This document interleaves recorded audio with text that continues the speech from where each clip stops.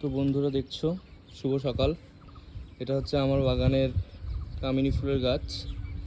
এটা সুগন্ধ যেমন প্রচুর প্রচুর মিষ্টি, ঠিক তেমনই এটা দেখতেও খুব মিষ্টি। ছোট ছোট খুব সুন্দর ফুলের সাইজ। দেখছো বন্ধুরা, প্রতিটা ডালে ডালে কত পরিমাণে ফ্লাওয়ারিং হয়ে আছে, প্রচুর পরিমাণে। প্রতিটা ডালে, একটা ডালেও মিস নেই, প্রতিটা ডালে ফ্লাওয়ারিং।